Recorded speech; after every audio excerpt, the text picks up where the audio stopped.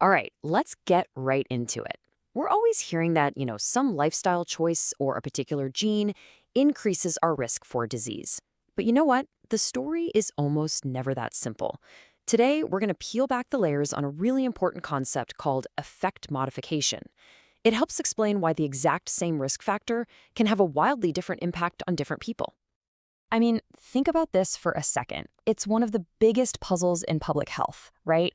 We all probably know someone who smoked their entire life and lived to be 95, while someone else gets lung cancer much, much earlier. So if smoking is the risk factor, why isn't the result the same for everybody?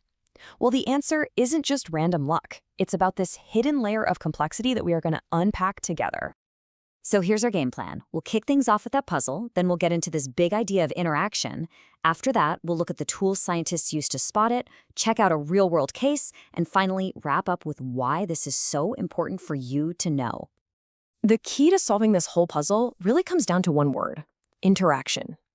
In the world of epidemiology, this is called effect modification. And all it means is that risk factors, they don't operate in a vacuum. They can bump into each other, amplify each other, or even cancel each other out. Okay, so here's the official definition, but let's make it simple. Imagine factor A is smoking. Factor Z could be pretty much anything else, like a specific gene you carry, or maybe your job exposes you to asbestos, or it could even be your diet. Effect modification is what's happening when the health impact of smoking, our factor A, is totally different depending on whether you also have factor Z in the mix. I love thinking about this like a risk recipe. Sometimes you add two ingredients and yeah, it just tastes like the two things combined. But other times, whoa, you mix two things and suddenly you get this brand new, incredibly powerful flavor you never expected. Well, that powerful new flavor, that's the interaction effect. It's so much more than just the sum of its parts. So how do scientists actually go about finding these interactions? It's not just guesswork. Their first tool is a strategy that's based on a really simple idea. They're basically asking, is the effect of this one risk factor the same across the board, or does it change depending on the group? In science speak, they're testing for homogeneity. And this is the core question they're trying to nail down. Does factor A, let's say it's a new heart medication, does it work the same way for men and women? What about for older folks versus younger people? If the answer is no, the effect is different, well, that's a massive clue that some other factor is in there modifying its effect. And this is where it just becomes crystal clear. Look at these numbers with me. When factor Z is not there, factor A adds an extra risk of 5 cases for every 1,000 people. Okay, but look what happens when factor Z is present. That very same factor A now adds an extra risk of 20 cases. The effect isn't just different, it's 4 times stronger. That, right there, is effect modification in action. Now, if you're a visual person, this makes it even easier. When there's no interaction happening, you get a simple picture: parallel lines. You see how that gap between the top line and the bottom line just stays the same? That tells you factor A is adding the exact same amount of risk, no matter what's going on with factor Z. The effect is constant. But this is what interaction looks like. The lines are not parallel anymore. They're actually spreading apart. That widening gap is the smoking gun. It's the visual proof that the effect of factor A is not constant at all. It's being supercharged by factor Z. Okay, on to the second tool scientists have in their belt. This one builds on the same logic, but instead of just looking at the shape, it uses a little bit of simple math. It's all about comparing what we actually see in the world to what we thought we'd see.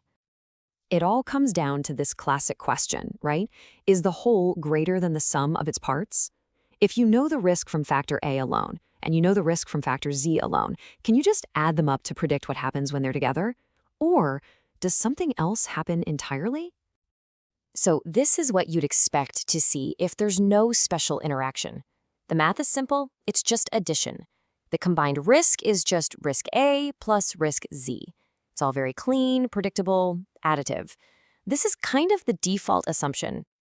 But what we actually observe so often is this. The combined risk is way more than the sum of its parts. You've got risk A plus risk Z plus this mysterious something extra. That extra bit, that's the interaction effect. Scientists call it synergism. It's like a bonus risk that only gets created when the two factors work together. Okay, theory is great, but let's make this totally concrete with a real medical example. We're going to look at some data from patients who got coronary stents and see how having diabetes affects men and women differently. Let's just walk through this data for a second. For men, having diabetes took the mortality rate from 4.1% up to 6.1%. Okay, that's an increase of 2 percentage points. Now, look at the women. Without diabetes, their rate is 3.4%. But with diabetes, it jumps all the way to 10.3%. That's a leap of almost 7 percentage points, more than triple the increase we saw in men. And this bar chart just makes that difference impossible to ignore. On a relative scale, having diabetes increased the mortality risk for men by about 1.5 times. But for women, it nearly tripled their risk. The exact same condition, diabetes, is literally twice as dangerous for women in this particular situation. And that brings us to the clear scientific conclusion. In this case, gender is an effect modifier. It fundamentally changes the size of the risk that comes with diabetes. You literally cannot talk about the risk of diabetes here without also specifying who you're talking about. Okay, so this is all really interesting for researchers, but what does it actually mean for the rest of us?